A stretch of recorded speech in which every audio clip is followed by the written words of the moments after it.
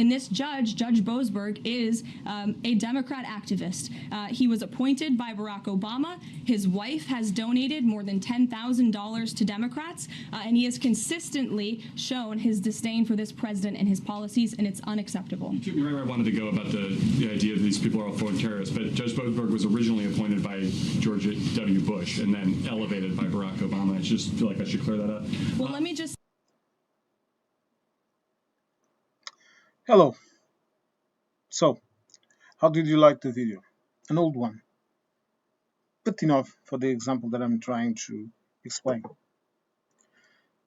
I was just showing you an example on how the current American government alters sayings that have bottom of truth. Okay, they mention this, they mention that. That is actual factual truth. But then they start to give attributes to people, and they start to remove their own responsibility and decision in appointing, for example, in this case, the judge. So it was a Republican administration that decided to appoint the person. Then it was a Democrat government that saw that a Republican appointed person was doing a good job, so why not elevate him to a higher post if the person was competent in doing that job? And that is what happened. And now, since they don't like the decisions taken by this judge, then let's blame it all on the Democrats. And let's make a nice conspiracy theory here so that we can give some juicy details to feed the MAGA sharks. And then, when that reporter calls them out, she immediately goes on attack mode and tries to make as much noise as she can in order to muffle the truth. And this is exactly the point of this video. This is to show you how these people function. Okay? A person that is lying, that has a bad how am I going to explain this in English? We have a particular term here in Portuguese. Desamaníaco. Okay? But it means something like you think that you have this or can do this. Okay? And these people, since they are incompetent, insecure, and are taking measures that are not benefiting the public at all, unless you count the rich people and the oligarchs and the enemies of the state, of the democratic state, of democracy, unless you count those out, and even the president himself, that apparently, this is allegedly, I don't know, is earning money on the side in the stock market and in other venues. But the man has a Bitcoin, he has whatever, I don't know. Not to the point here. But what I'm trying to tell you is this. These people will not be reasoned with. You cannot reason with them, okay? Because they will always divert their responsibility, their accountability on their actions to someone else. They will say that the judge, even if that judge is a Republican, even if that judge was elected by a Republican, by the Republican Party, meaning, in theory, their party, they are going to say they were corrupted by the Democrats.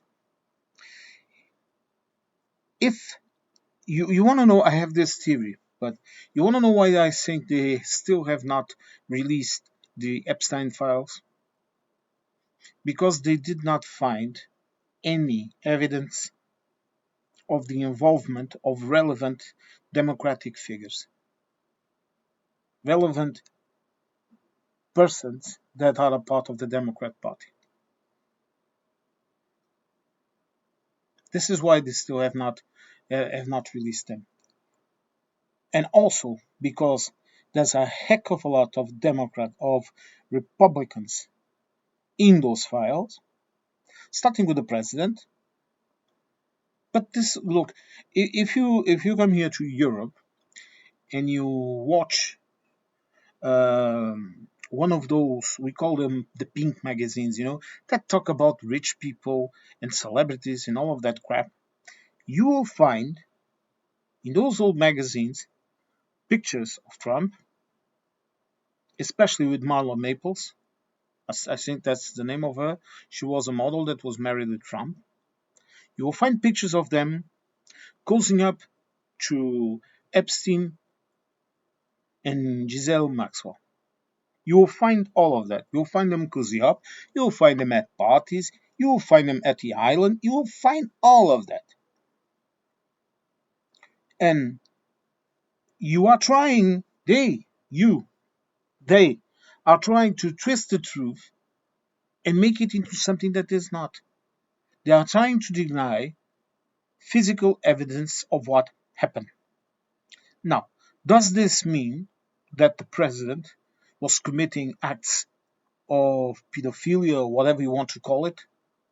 I don't know what the hell they were doing. I don't know. That is why, at least here in Europe, we have the police, we have the courts. This is why when I talk about this, I am careful because I don't want to accuse anyone. This is why I tell you always the same thing. Okay? I base my opinions on facts. I base my opinions on evidence. I don't base my opinions in hearsay. I don't base my opinions on fantasies, on narratives. I don't come to a subject with a pre-made narrative. Okay? I do not have any scripts for my videos. I don't have scripts. Okay? I simply discuss the subject with you. It's a monologue. I'm perfectly aware of that. But it's like I was talking with someone. And this is a very good exercise, mental exercise that you can make. When you're questioning yourself, for example, talk to yourself. Record the video even if you are not going to publish it. Okay? In my computer, I have dozens of videos that I'm not going to publish in which I discussed my ideas and I was going to make a video about them and I discovered that I was not correct, or at least I was unsure of what I was going to put out. So I choose not to put it out. I also choose to give my opinion about a person. Okay, I've given my opinion about the IDF. Okay, I have talked about it. I have explained it. For example, I have explained my position in a lot of matters. But I'm not accusing. I'm talking about the facts. And this is a fact. You go into those pink magazines that I didn't read, but I had girlfriends that read them. Okay? And if you're sitting with a woman and she's reading a magazine and talking with you about it, you are talking with her. At least me. When I'm with someone,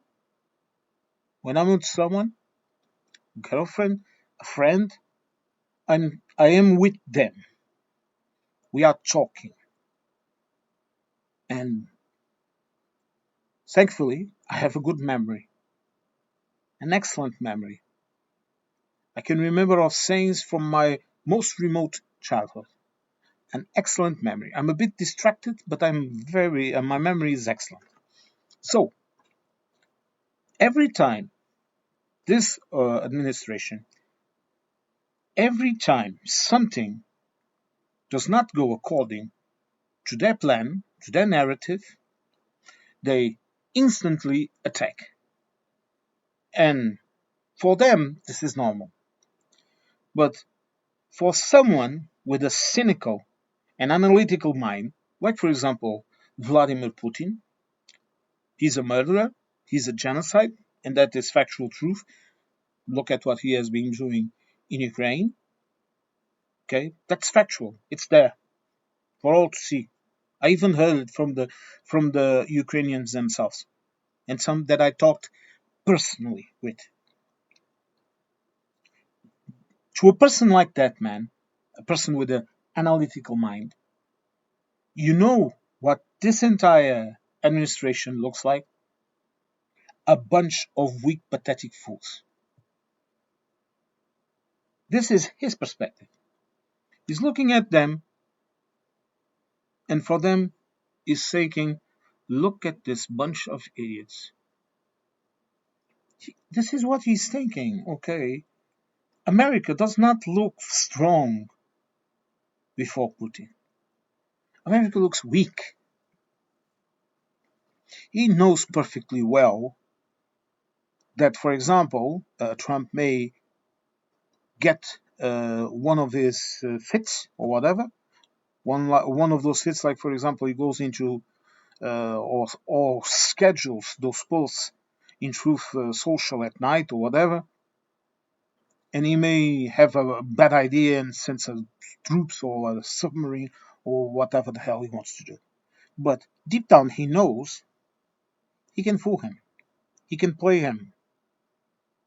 No, sending Donald Trump or Lutnik or any of these people to speak with Putin is the same thing as sending a fox a sheep to talk with, or sending a sheep to talk with a wolf. And this simple video that you can see, it's everywhere. You can go to TikTok, you can go to any kind of social media, even in YouTube. This is a simple example of how these people work and how you Americans should not be fooled by this.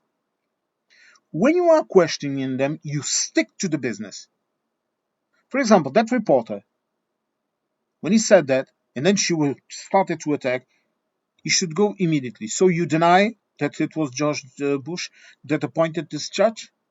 So you deny this, you deny, and call them and call them. And what have they been doing? They have been expelling the reporters that don't go along with their game. And what can you do to react to that? You cancel the news that goes there and reports his narrative. You don't need to be violent, okay?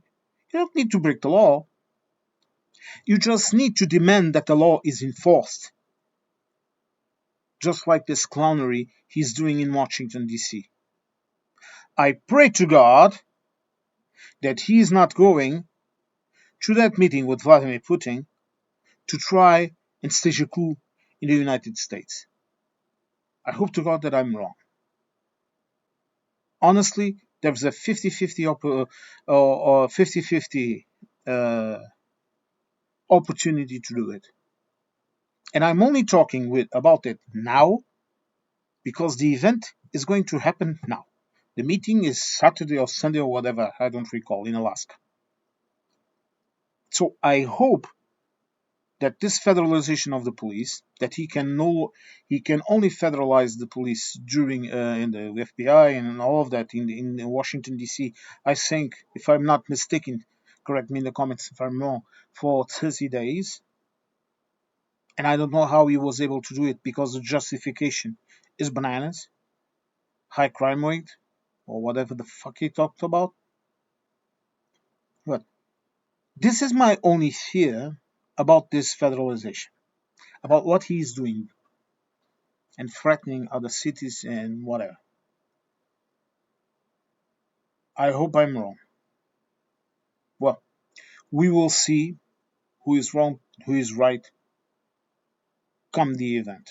But if something happens, Americans, my friends, you voted for him. You allowed this to happen in your own home.